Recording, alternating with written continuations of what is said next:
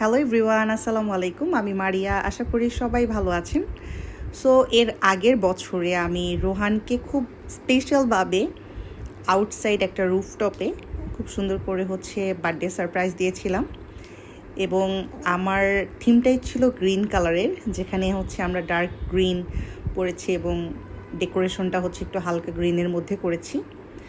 রোহান খুবই খুবই খুবই বলতে গেলে সারপ্রাইজ ছিল, যেটা কিনা আমি এই বছরে করতে পারিনি। এবং অনেককে আমরা দাওয়াত দিয়েছিলাম, সবাই খুব এনজয় করেছে এই বার্থডেতে এসে। এবার আমার শারীরিক অবস্থার কারণে আমি হয়তো ওইভাবে রোহানকে সারপ্রাইজ দিতে পারিনি, বাট বাসায় যতটুকুভাবেই দিয়েছি রোহান খুবই খুশি হয়েছে।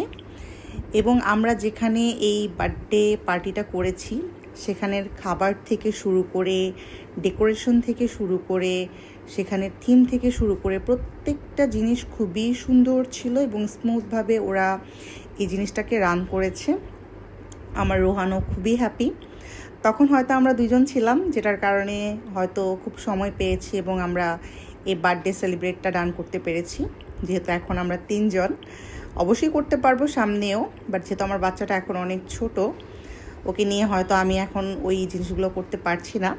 সামনে হয়তো খুব দ্রুত আমরা আবার এই জিনিসগুলোকে খুব সুন্দর করে এনজয় করতে পারবো।